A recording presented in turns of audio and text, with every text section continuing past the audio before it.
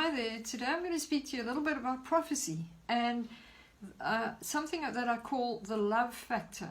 And because we all know that the motivation behind bringing a prophetic word is meant to be love, not to be motivated to sort somebody out, tell them what they've done wrong, what their weaknesses are, but it's done out of love. And so to me, love is the most important thing about prophecies. Love is the undergirding, upbuilding factor when it comes to prophecy. And so if you can't deliver a prophetic word to somebody and the motivation is because you love them with the love of God, then rather don't say anything at all. So people are impressed by accuracy. People love it when they get these accurate, well, we all do. When you get an accurate prophetic word that talks about your past and your present and your future, and it's so accurate, the details are accurate, we love it. But love has the power to transform and sustain that transformation. Accuracy will impress you, and accuracy is great. I'm not saying don't go for accuracy when it comes to prophesying, but accuracy is not what is going to sustain you in a battle. Love is the power that transforms your thinking, and it can be accurate and brought with love, and that will sustain you in a battle. Because if you've just received a word that is accurate, you're going to remember how accurate it is. But if you're in a battle, you need to remember how you felt when you received that word, and that only comes when it's brought in love. The love is the power that transforms and that sustains you to stand in the middle of a battle. So, there's that saying, I don't know who said it, some well-known writer, I think it may have been Maya Angelou.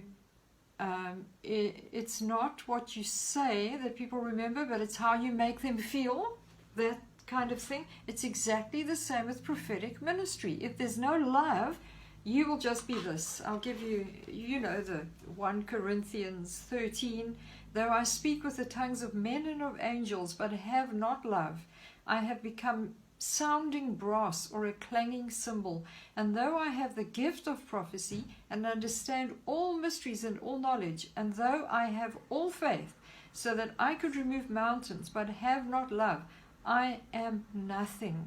Now, I don't want to one day think and say, I've given accurate prophecies. I've prophesied to nations and governments, which I haven't, but that seems to be the goal for people in prophetic ministry, that we're going to go to the nations and prophesy to nations and to all kinds of moving things.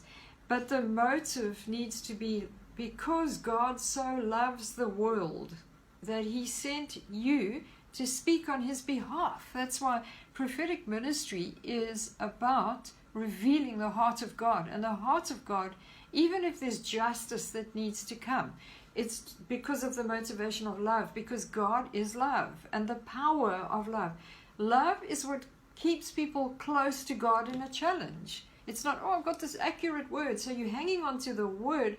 We need to be people who focus on the promiser and not the promise only. Yes, focus on the promise that God gave you, but remember the promiser, the one who gave you the promise, is the one who's going to keep you going through a challenge, and the one who's going to make that word come to pass.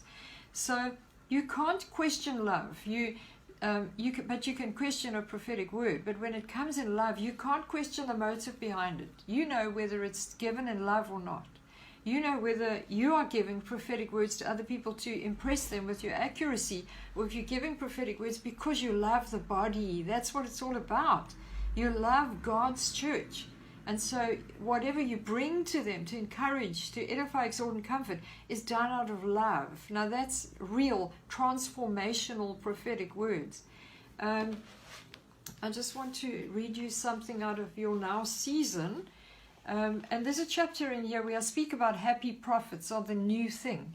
And that happy prophets are people who see from God's perspective. So they have God's solution. They have God's answer in their mouth. And it comes out of love because they understand that God is a God of love.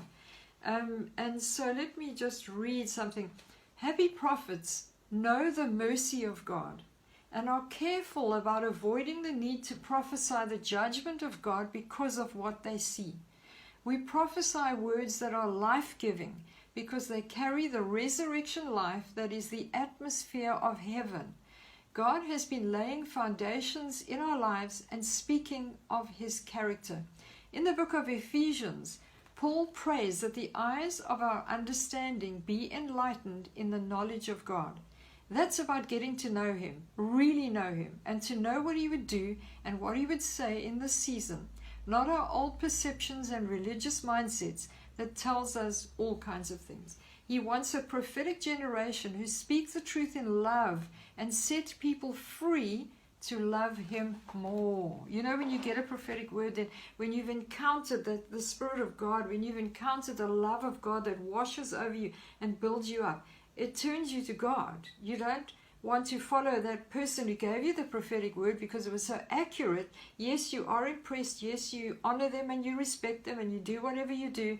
But ultimately, that prophetic word is meant to point you towards God and the love of God. So remember that when you are prophesying to people. This is just a bite-sized word of encouragement today, that God is a God of love. And everything he does, every time we pray for someone, we minister to someone, you may be praying for somebody and all you see are the problems, all you see are the faults and the things in this person's life, and it's easy to criticize. Ask God to give you enlightenment, to open the eyes of your understanding, that you would see from his perspective of love, because love is the transformational power behind every prophetic word.